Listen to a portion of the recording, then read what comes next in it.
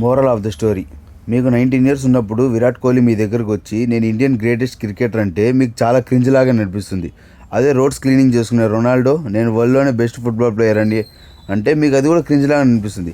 పోనీ ఇదంతా ఎందుకు, ఒక 10 ఇయర్స్ బ్యాక్ మనం వెళ్ళామంటే మిస్టర్ బీస్ట్ నీ దగ్గరకు వచ్చి నేను వరల్డ్లోని నెంబర్ 1 యూట్యూబర్ అని అనిపించుకుంటాను అంటే అది మీకైతే కింద పడి దొరలేలా నవ్వాలనిపిస్తుంది. కానీ మోరల్ ఆఫ్ ద స్టోరీ ఏంట్రా అంటే స్టార్టింగ్లో ఎవడు కూడా పట్టించుకోరు, నీ ఎండింగ్ మాత్రం నెక్స్ట్ లెవెల్ ఉండాలి, అది మాత్రం గుర్తుపెట్టుకో. ఎందుకంటే నేను మీ అందరికి చెప్పేది ఒకటే అనమాట, నవ్వుకునే వాళ్ళు నవ్వుకుంటూనే ఉంటారు, చెప్పుకునే వాళ్ళు చెప్పుకుంటూనే ఉంటారు, కానీ నీ పని నువ్వు చూసుకో, అది అంతే. ఒకసారి నీ పని నువ్వు చేసి సక్సెస్ అనేది దగ్గరకు వచ్చిందంటే మాత్రం you are the inspiration to the people who made jokes on you and your plans. అర్థమైందా? మీరు ఏది కూడా ఎవరు కూడా చెప్పినా కూడా ఇప్పుడు ఎవరు విన్నాడు, కానీ రేపు రోజున నువ్వు అనేటువంటి సక్సెస్ అయినావు, నీ గెలుపని నీ దగ్గరకు వచ్చిందంటే మాత్రం నీ మీద జోకులు వేసుకుని నా కొడుకులే నీ కోసం అడుగుతారు పని కోసం.